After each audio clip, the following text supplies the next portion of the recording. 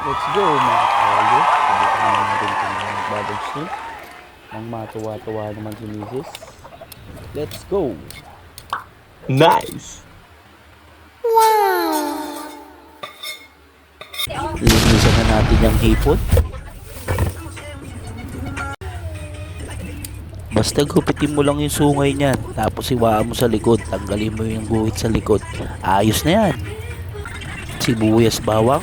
Iwain lang yan.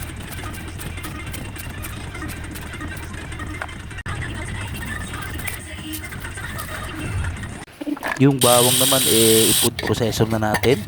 Ayos na yan. Abay, painitin mo yung kawali. Ilagay mo yung butter. Pag medyo natunaw na, nailagay mo na yung mga sibuyas. Yan ang magpapasarap dyan. Sigurado yan. Mekos-mekos mo lang yan. Isunod mo na yan, tiger shrimp.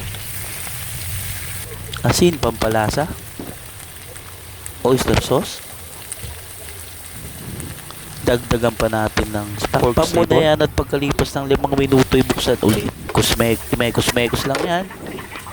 Alright. Kitang-kita mo naman. Napakasarap niyan. I-plating mo na.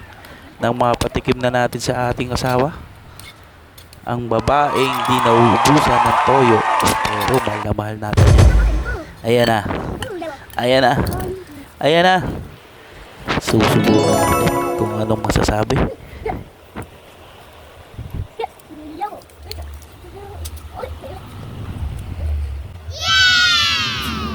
Nakalimutan niya yung pangalan niya.